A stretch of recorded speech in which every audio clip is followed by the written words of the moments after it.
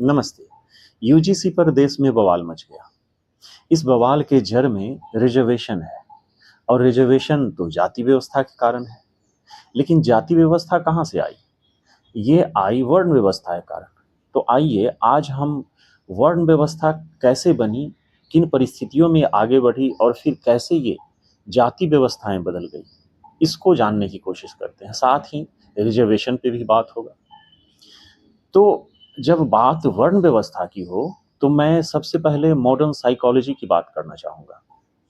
एक साइकोलॉजिस्ट हुए Karl Gustav Jung, Switzerland से थे।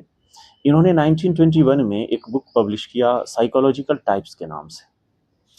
इस बुक में इन्होंने ह्यूमन हिस्ट्री में पहली बार इनका ये रिसर्च है कि मनुष्य जो है वो 8 प्रकार का होता है। ये कोई फिजिकल अपीयरेंस की बात नहीं है। ये इनबिल्ट जो नेचर होता है व्यक्ति के अंदर, जो गुण होता है व्यक्ति का, उस आधार पे इन्होंने बताया कि पूरी मानव जाति जो है वो 8 भागों में बटी हुई है, 8 प्रकार के लोग हैं। बाद में इनके काम को और जो बाकी के आगे के जो साइकोलॉजिस्ट हुए उन्होंने आगे बढ़ाया और MBTI नाम से, मायर्स ब्रिग्स टाइप इंडिकेटर के नाम से एक इंडिकेटर बनाया गया, जिस आधार पे इन साइकोलॉजिस्ट ने इस 8 के आंकड़े को 16 तक कर दिया। कि इनका कहना था कि अधिकतम 16 टाइप्स है लोगों की, 16 प्रकार के लोग होते हैं पूरी दुनिया में। तो ये जुंग साहब का जो रिसर्च है वो 8 बताता है। अब इस 8 के आंकड़े को थोड़ा सा अगर हम संक्षिप्त करें तो ये नंबर गिर के आ जाता है, रिड्यूस होके 4 पे आ जाता है कि न्यूनतम 4 प्रकार के लोग होते हैं पूरी दुनिया में, इनबिल्ट नेचर के आधार पे, गुण के आधार पे। अब ये बहुत इंपॉर्टेंट हो जाता है, ये 4 जो आंकड़ा है। क्यों इंपॉर्टेंट हो जाता है? क्योंकि धर्मशास्त्र की जब बात करें तो गीता में भगवान श्री कृष्ण कह रहे हैं, चातुर्वर्ण्यम मया सृष्टम गुण कर्म विभागशः तस्य कर्तारमपि माम विद्य कर्तारमपि। 4 वर्ण जो हैं इसकी रचना मैंने गुण और कर्म के आधार पे की है। बहुत ही इंपॉर्टेंट हो जाता है। 4 वर्ण और इसकी रचना गुण के आधार पे हुई, यानी 4 गुण है।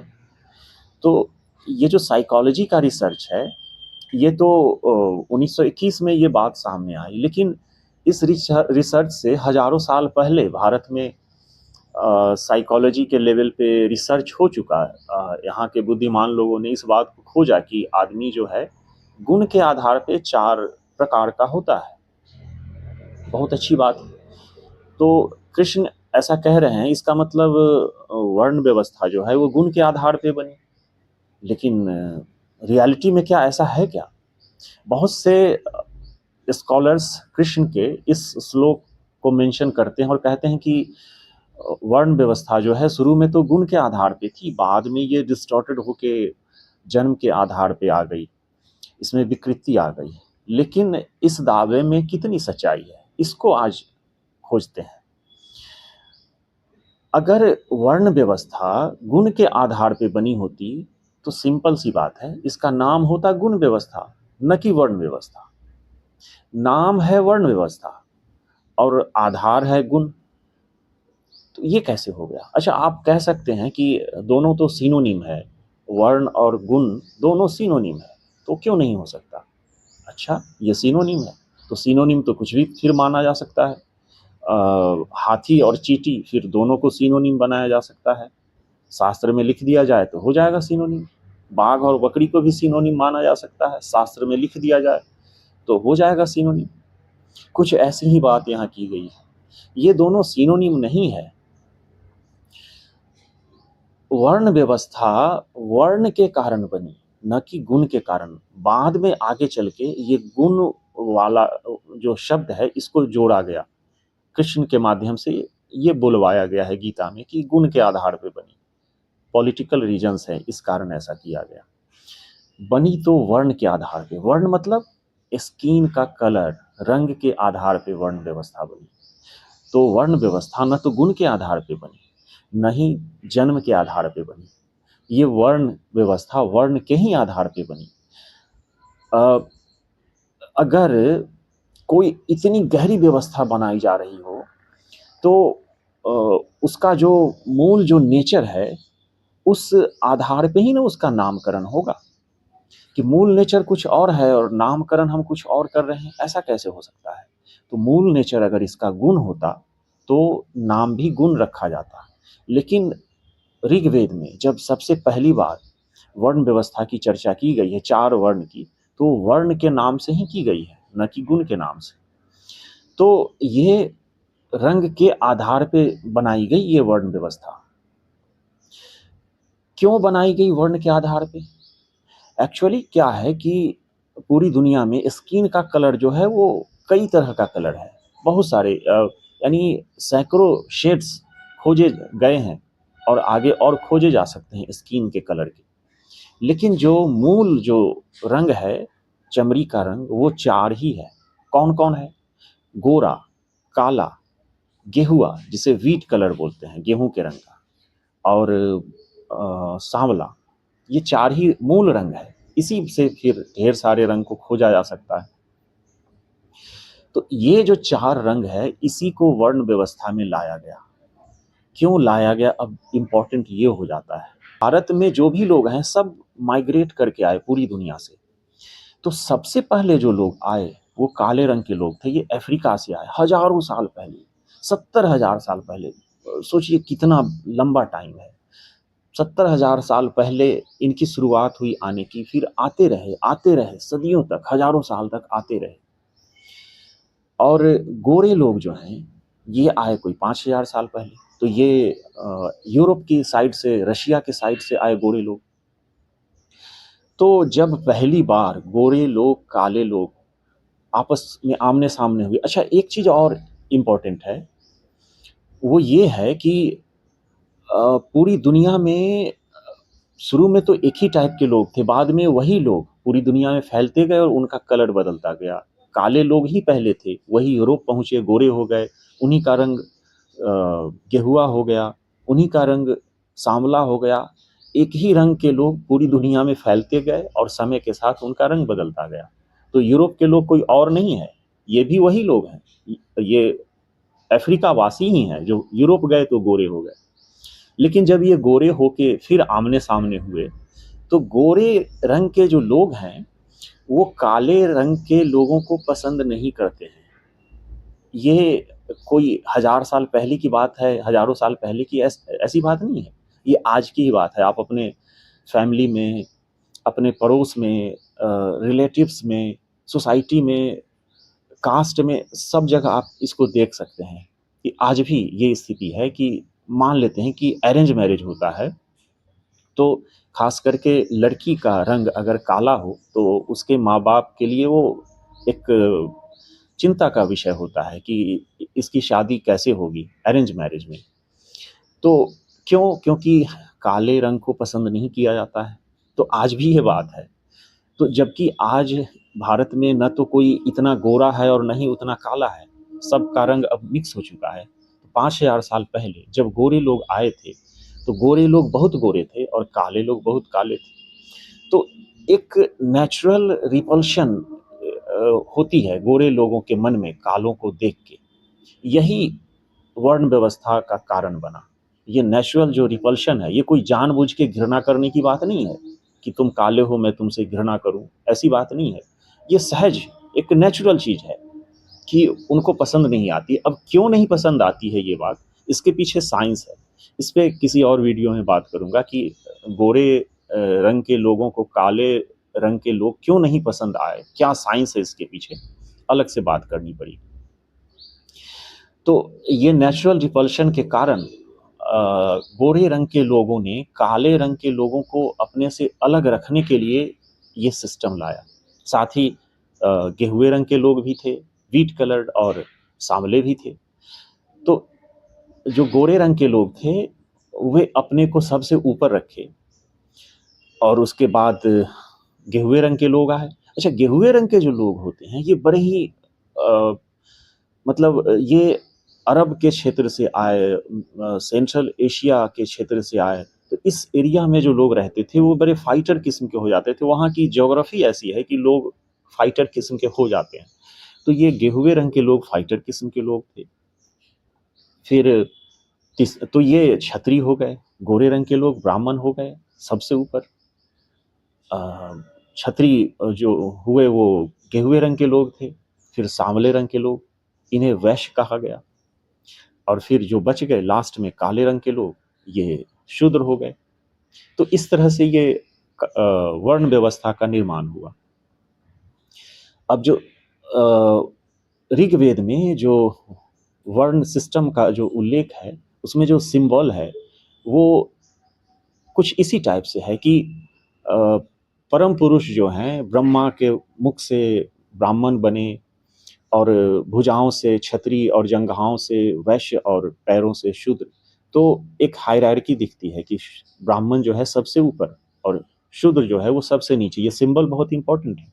इसमें कुछ कहा नहीं गया है कि कोई ऊंचा कोई नीचा है, लेकिन ये सिंबल ही बता देता है कि कोई ऊंचा है और कोई नीचे है। ये क्लियर हो जाती है ये बात। इसमें अब कुछ कहने की बात नहीं है कि कौन ऊंचे स्थान पे और कौन नीचे स्थान पे। तो ये वर्ण व्यवस्था बनी। तो जो शूद्र थे, शूद्र जिनको वर्ण में रखा गया, उनका काम ही ये था सेवा करना। इनसे ऊपर के जो वर्ण के लोग थे उनकी सेवा करना इनका काम था। तो सेवा करने लगे, हजारों साल से सेवा करते रहे हैं। इस सेवा के चक्कर में खूब एक्सप्लॉयटेशन हुआ, जम के हुआ। जो नहीं होना चाहिए वो सब कुछ हुआ। तो ये तो 4 वर्ण हैं। फिर 2 और ग्रुप है जो बच जाता है। कौन है? एक अवर्ण और दूसरा आदिवासी। ये दो ग्रुप है। और आदिवासी कौन है इसको समझना जरूरी है। जो लोग इस सिस्टम में नहीं आए, इस वर्ण के सिस्टम में, और आदिवासी भी काले ही लोग थे। शूद्र वर्ण में जो लोग हैं वो भी काले थे, आदिवासी भी काले थे। अच्छा, आप कहेंगे कि ये जो काले गोरे की बात कर रहे हो, तो ऐसा कहाँ है? ये तो ब्राह्मण भी काले होते हैं, शूद्र भी गोरे होते हैं। ये अब होते हैं, 5000 साल पहले नहीं होते थे। 5000 साल में ये मिक्सिंग हुई है। काले गोरे स्त्री पुरुषों का आपस में संबंध बना, और इस मिक्सिंग के कारण अब ब्राह्मण भी काले हो जाते हैं और शूद्र भी गोरे होते हैं। तो अब की बात नहीं हो रही है। अब सारे वर्ण अब करीब करीब एक समान हो गए हैं। लेकिन 5000 साल पहले ये डिवीज़न काफ़ी क्लियर था। तो जो काले रंग के लोग वर्ण व्यवस्था में नहीं आए, नहीं स्वीकार किया उन्होंने आना, वही आदिवासी हो गए। आदिवासी तो थे ही, वो जंगल में चले गए। वो समाज से हट गए, जंगल में चले गए, और फाइटर किस्म के लोग थे। तो समय समय पर वर्ण व्यवस्था के लोगों के साथ इनका झगड़ा होते रहता था। दोनों में ये चलती रहती थी बात, युद्ध होते रहता था। कैसे होते रहता था, ये कैसे पता? तो ये जो कहानियां हैं, पौराणिक जो कहानियां हैं, जिसमें सुर और असुर की लड़ाई बताई गई है, देवता और दानव की जो लड़ाई बताई गई है, ये इसी का प्रतीक है कि दानव जो हैं वो किसी और को नहीं, सिंबॉलिकली ये जो आदिवासी थे, जंगल के वासी थे, इन्हीं को दानव कहा गया या असुर कहा गया। बिहार और झारखंड में एक आदिवासी जाति है जिसका नाम ही आज भी असुर है। वो असुर जाति ही उसको कहा जाता है। तो जो जंगल में रहते थे आदिवासी, जो वर्ण व्यवस्था को जिन्होंने स्वीकार नहीं किया, उन्हें लोगों ने असुर घोषित किया कि ये तो राक्षस है। हालांकि ये अछूत नहीं थे, इनके साथ छुआछूत का भेदभाव नहीं होता था। कैसे नहीं होता था, ये कैसे पता? तो ये पता रामायण से मिलता है। चलिए मान लेते हैं ये पौराणिक कहानी है, ऐतिहासिक ना हो, या हो भी, क्या पता क्या कहानी है, लोग जाने। तो रामायण में उल्लेख है कि रावण के पिता ब्राह्मण थे और रावण की माता राक्षसी थी, यानी जंगल में जो आदिवासी रहते थे वो। तो अगर छुआछूत की बात होती तो फिर कैसे मेल होता? तो छुआछूत की बात नहीं थी। महाभारत में उल्लेख है कि भीम ने हडिम्बा हडिम्बा से विवाह किया। हडिम्बा जो कि जंगल में रहने वाली महिला थी, आदिवासी महिला थी, जिससे कि वो, क्या उसका नाम है, घटोत्कच, जी हाँ, मैं ठीक उच्चारण कर पा रहा हूँ, घटोत्कच पैदा हुआ। तो आपस में संबंध भी बनते थे, लेकिन युद्ध भी होता था। तो ये अछूत नहीं थे। महिषासुर का जो उल्लेख है, महिषासुर, भैंस वाला असुर, महिष वाला असुर, ये भी उसी का प्रतीक है। ये जंगल में जो रहने वाले आदिवासी थे, उस युद्ध का प्रतीक है। तो इस तरह से युद्ध भी होता था, संबंध भी बनते थे। तो ये आदिवासी हो गए जिन्होंने वर्ण व्यवस्था को नहीं माना। एक और वर्ग है जो कि आदिवासी तो नहीं हुए, ये भी काले रंग के ही लोग थे। तो ये जंगल भी नहीं गए और वर्ण व्यवस्था में भी ये फिट नहीं हो पाए। इन्हें ही अछूत कहा गया। ये दंड स्वरूप इन्हें अछूत बनाया गया।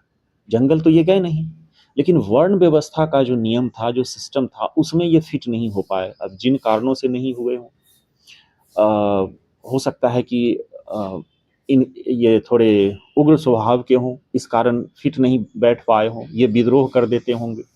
जंगल भी इन्होंने जाना स्वीकार नहीं किया कि मैं जंगल नहीं जाऊंगा, इन्होंने ऐसा कहा होगा। तो और वर्ण व्यवस्था के नियम को भी नहीं मानूंगा।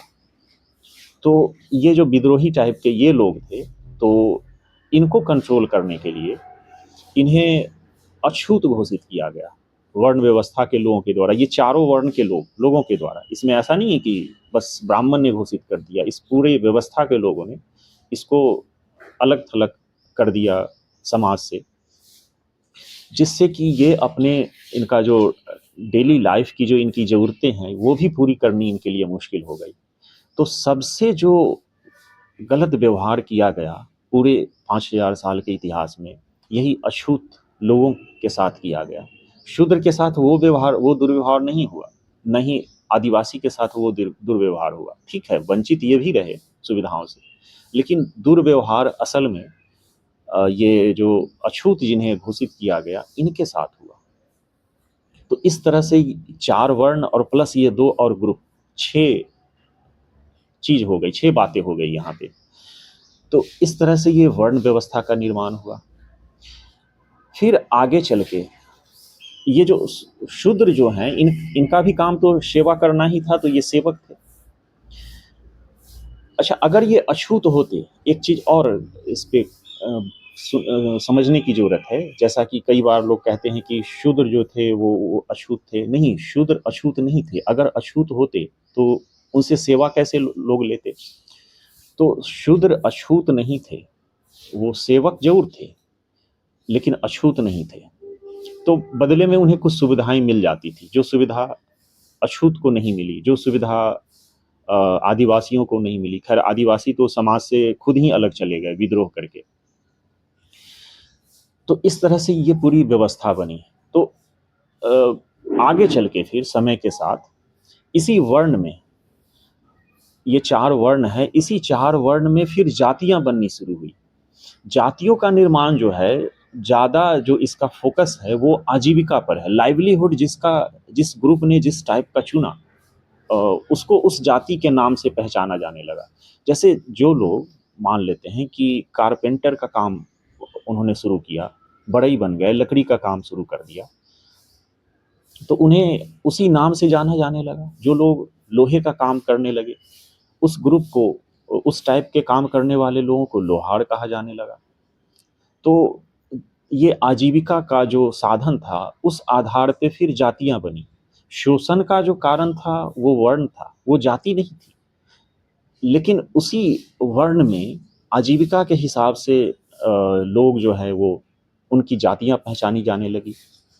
तो ये जातियां इन 4 वर्णों में जो भी लोग हैं, ब्राह्मण में भी ऐसा नहीं कि एक ही जाति ब्राह्मण है। ब्राह्मण में अनेक ब्राह्मण हैं, क्षत्रिय में भी अनेक टाइप के क्षत्रिय, और वैश्य में भी अनेक टाइप के वैश्य, और शूद्र में भी अनेक टाइप के शूद्र, अलग अलग सबकी जातियां।